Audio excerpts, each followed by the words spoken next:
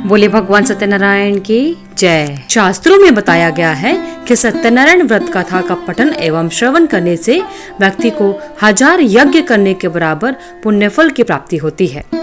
सत्यनारायण भगवान व्रत कथा में भगवान विष्णु के सत्य स्वरूप के बारे में बताया गया है।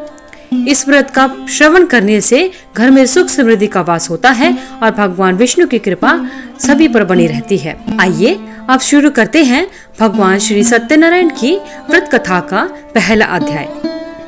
एक समय की बात है, नैमिषारण्य तीर्थ में शौनकादि 88,000 ऋषियों ने श्री सूत जी से पूछा, हे प्रभु, इस कलयुग में वेद विद्या रहित मनुष्य को प्रभु भक्ति किस प्रकार मिल सकती है तथा उनका उद्धार कैसे होगा? हे मुनि श्रेष्ठ, कोई ऐसा तप बताइए जिससे थोड़े समय में ही पुण्य मिले और मन वांछित फल भी मिल जाए। इस प्रकार की कथा सुनने की हम इच्छा रखते हैं। सर्वशास्त्रों के ज्ञाता सूत जी बोले, हे वैष्णवों में पूज्य, आप सभी ने प्राणियों की हित की बात पूछी है, इसलिए मैं एक ऐसे श्रेष्ठ व्रत को आप लोगों को बताऊंगा जिसे नारद जी ने लक्ष्मी नारायण से पूछा था और भगवान विष्णु ने मुनि श्रेष्ठ नारद जी से कहा था।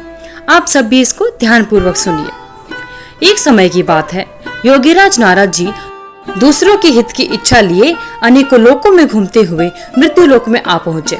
यहाँ उन्होंने अनेक योनियों में जन्मे प्राय सभी मनुष्य को अपने कर्मों द्वारा अनेकों दुखों से पीड़ित देखा।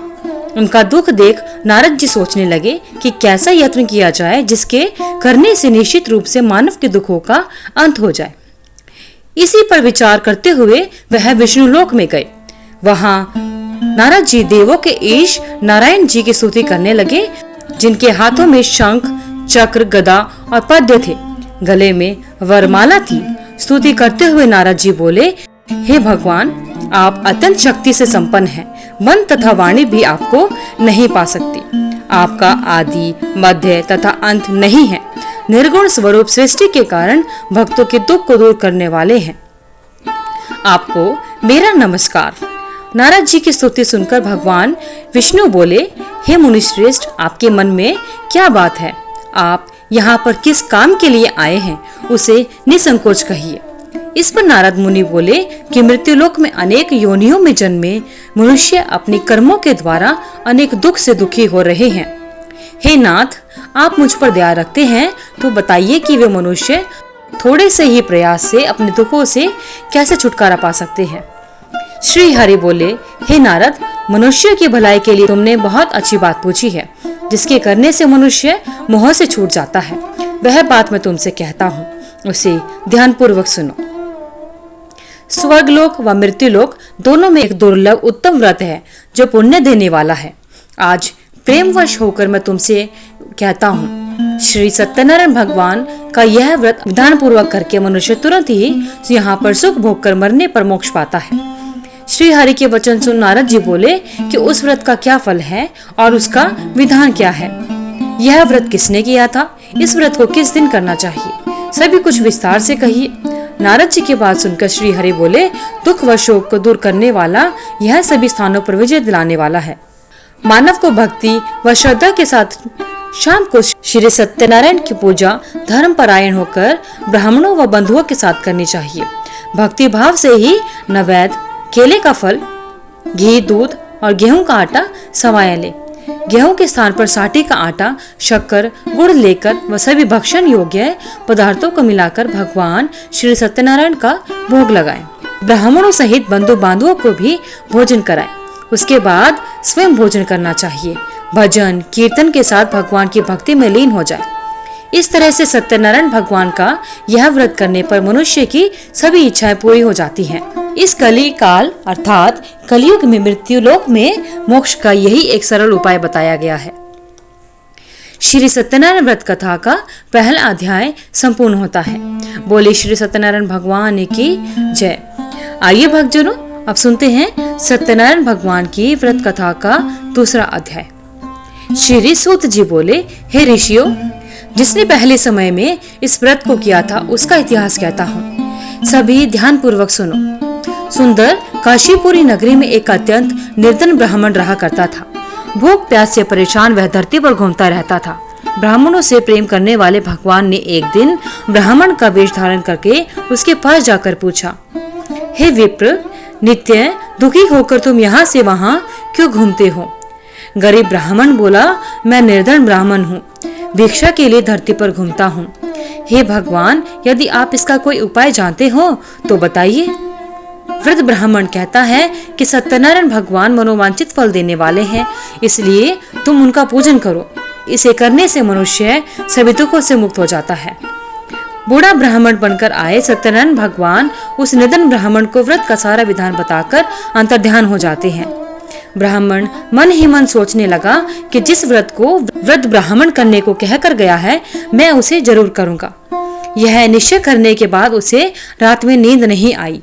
वह सवेरे उठकर सत्यनारायण भगवान के व्रत का निश्चय कर भिक्षा के लिए चला गया। उस दिन निर्धन ब्राह्मण को भिक्षा में बहुत सा धन मिला, जिससे उसने बंधु बांधवों के साथ मिलकर श्री सत्यनारायण भगवान का व्रत संपन्न किया। भगवान सत्यनारायण का व्रत संपन्न करने के बाद वह निर्धन ब्राह्मण सभी दुखों से छूट गया और अनेक प्रकार की संपत्तियों से युक्त हो गया। उसी समय से यह ब्राह्मण हर माह इस व्रत को करने लगा। इस तरह से सत्यनारायण भगवान के व्रत को जो मनुष्य करेगा वह सभी प्रकार के पापों से छूटकर मोक्ष को प्राप्त होगा। जो मनुष्य इस व्रत को करेगा वह भी सभी दुखों से मुक्त हो जाएगा।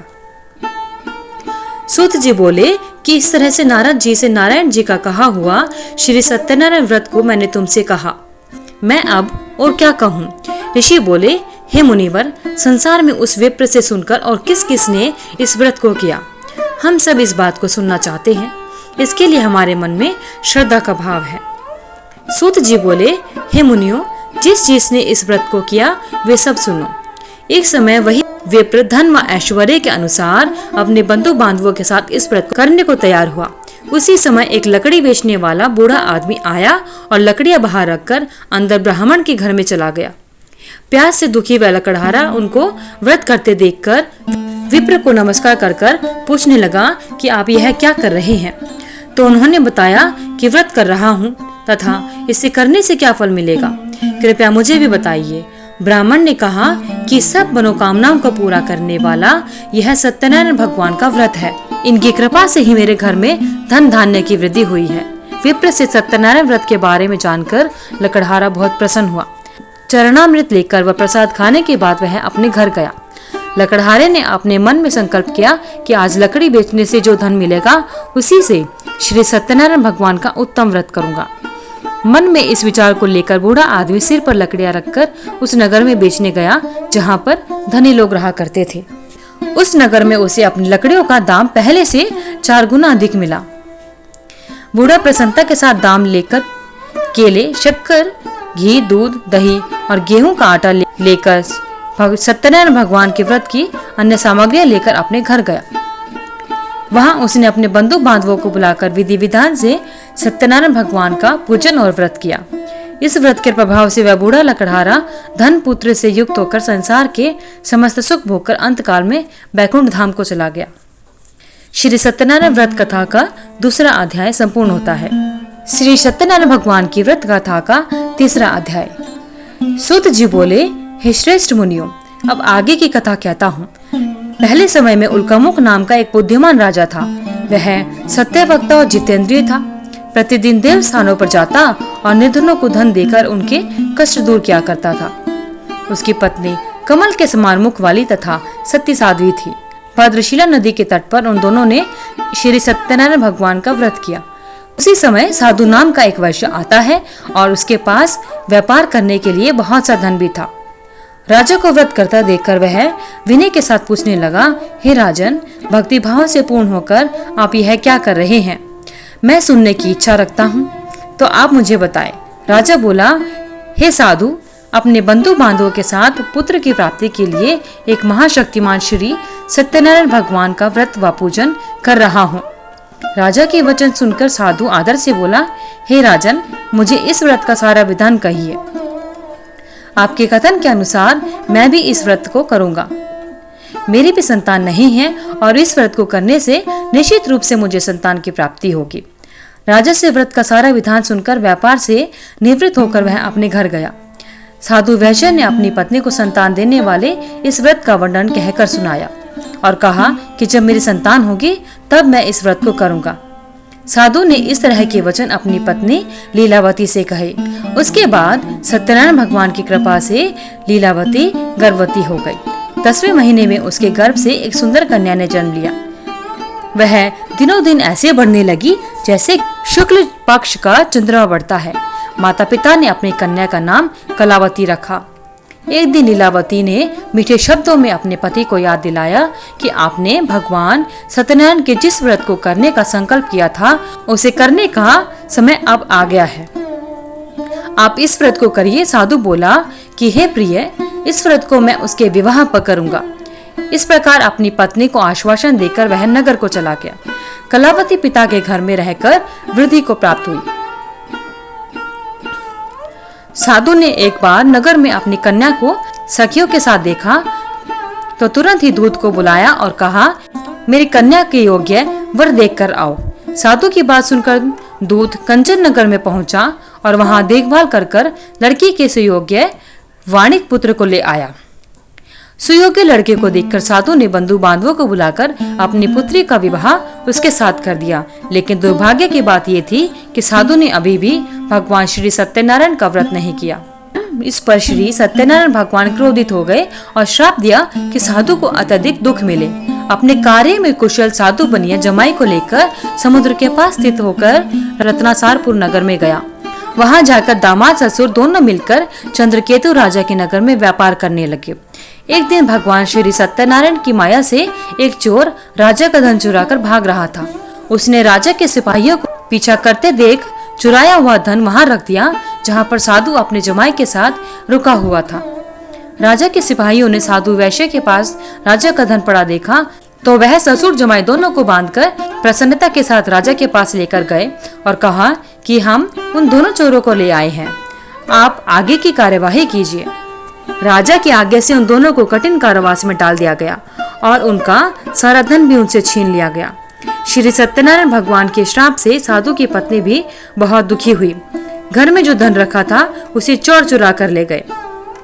शारीरिक तथा मानसिक पीड़ा व भूख प्यास से अति दुखी हो अन्न की चिंता में कलावती ब्राह्मण के घर गई। वहां उसने श्री सत्यनारायण भगवान का व्रत होते देखा। फिर कथा भी सुनी। वह प्रसाद ग्रहण कर रात को घर वापस आई। माता ने कलावती से पूछा कि हे पुत्री, अब तक तुम कहाँ थी? तुम्हारे मन में क्या है?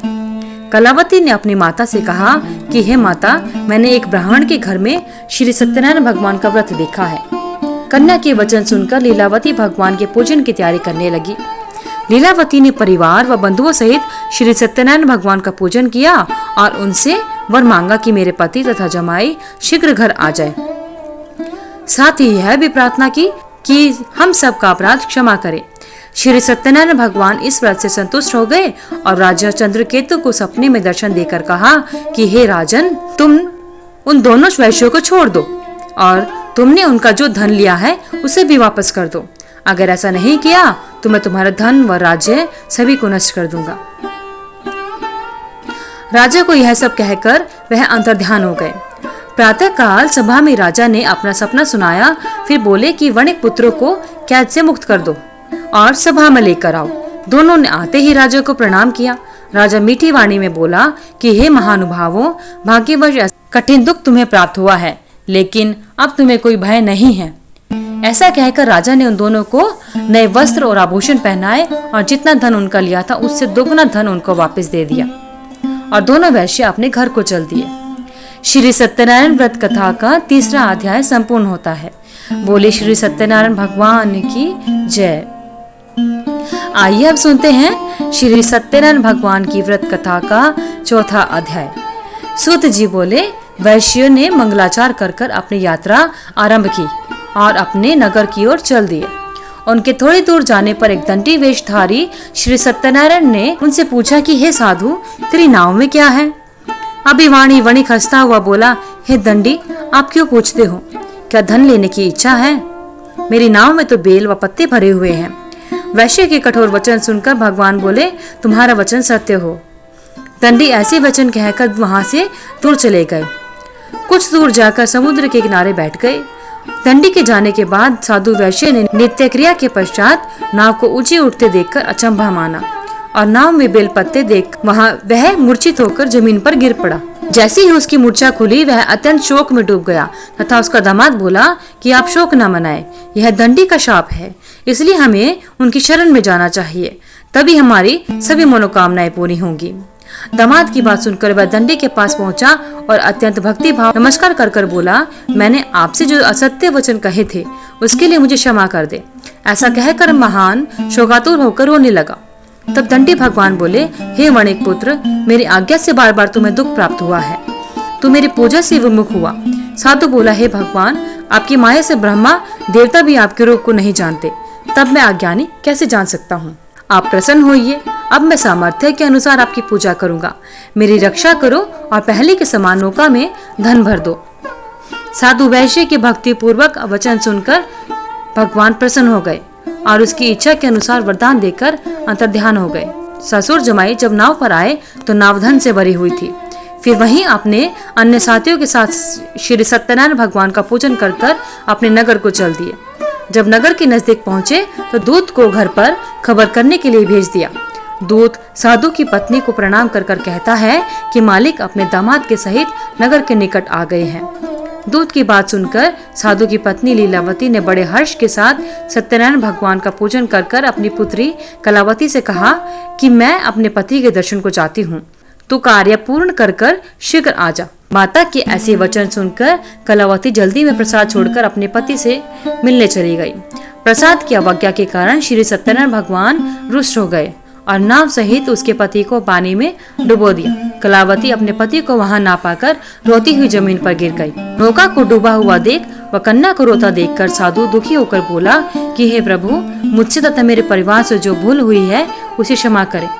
साधु के ऐसे वचन सुनकर श्री सत्यनारायण भगवान प्रसन्न हो गए और आकाशवाणी होती है कि हे साधु, तेरी कन्या मेरे प्रसाद को छोड़कर आई है, इसलिए उसका पति अदृश्य हो गया है। यदि वह घर जाकर प्रसाद खाकर वापस आती है तो इसका पति अवश्य मिल जाएगा। ऐसी आकाशवाणी सुनकर कलावती घर पहुंचकर प्रसाद खाती है और फिर आकर अपने पति के दर्शन करती है।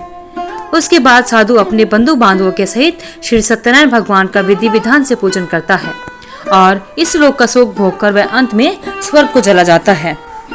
श्री सत्यनारायण व्रत कथा का चौथा अध्याय संपूर्ण होता है। बोले श्री सत्यनारायण भगवान की जय। आइए भक्तजनों, श्री सत्यनारायण भगवान की व्रत कथा का 5वां अध्याय सुनते हैं। यह अध्याय भगवान श्री सत्यनारायण की कथा का आखिरी अध्याय है। सूत जी बोले, हे ऋषियों, मैं और भी एक कथा सुनाता हूँ, उसे विधान पूर्वक सुनो। प्रजापालन में लीन तुंगध्वज नाम का एक राजा था। उसने भी भगवान का प्रसाद त्याग कर बहुत ही दुख सहन किया। एक बार वन में जाकर वन्य पशुओं को मारकर वह बड़ के पेड़ के नीचे आया। वहां उसने ग्वालों को भक्ति भाव से अपने बंधुओं के सहित भक्त सत्यनारायण भगवान का पूजन करते देखा। अभिमानवश राजा ने उन्हें देखकर भी पूजा स्थान पर नहीं गया और न ही उसने भगवान को नमस्कार किया।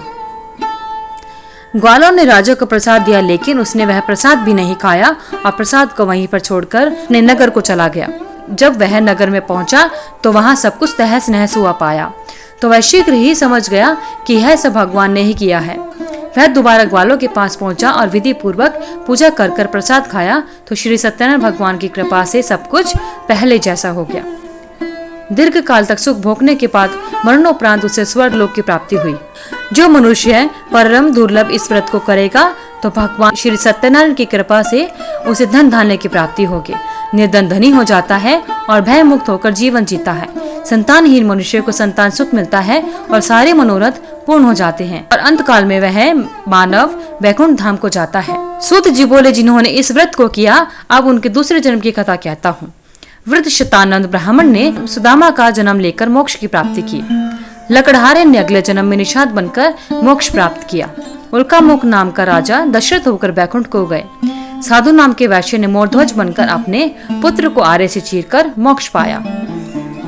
महाराज तुंगध्वज ने स्वयंभू होकर भगवान में भक्ति युक्त होकर कर्म कर मोक्ष को प्राप्त किया। श्री सत्यनारायण व्रत कथा का 5वां अध्याय संपूर्ण होता है। बोले श्री सत्यनारायण भगवान की जय। हे भगवान श्री सत्यनारायण, जिस प्रकार आपने अपने भक्तों पर कृपा अपनाई, उसी प्रकार आपकी इस कथा को सुनने वाले और आपके व्रत को करने वाले सभी पर अपनी कृपा बनाए रखना, उनके सभी मनोरथ पूर्ण करना। आइए अब जानते हैं श्री सत्यनारायण व्रत कथा का व्रत की पूजा विधि क्या है।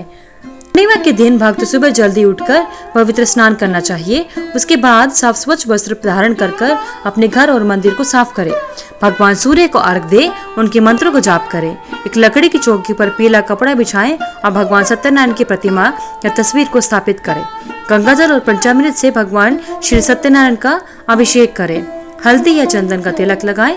पीले फूलों की माला भगवान श्री सत्यनारायण को अर्पित करनी चाहिए। देशी घी का दिया भगवान सत्यनारायण की प्रतिमा के सामने अवश्य जलाना चाहिए। सत्यनारायण व्रत कथा का पढ़ना एवं सुनना आवश्यक होता है और अंत में भगवान सत्यनारायण की आरती करें। भोग प्रसाद परिवार के सभी सदस्यों में बांटे। प्रसाद खाकर अपने व्रत का पारण करें और साथ ही भोजन से व्रत खोलें। धन्यवाद। अगर आपको वीडियो अच्छी लगी तो वीडियो को लाइक करें, शेयर करें, चैनल को सब्सक्राइब करके बेल आइकन को जरूर प्रेस करें ताकि आगे आने वाले सभी वीडियोस की नोटिफिकेशन आप तक समय से पहुंचती रहे। कमेंट बॉक्स में जय श्री सत्यनारायण लिखना ना भूले। भगवान श्री सत्यनारायण की आप सभी पर कृपा बनी रहे।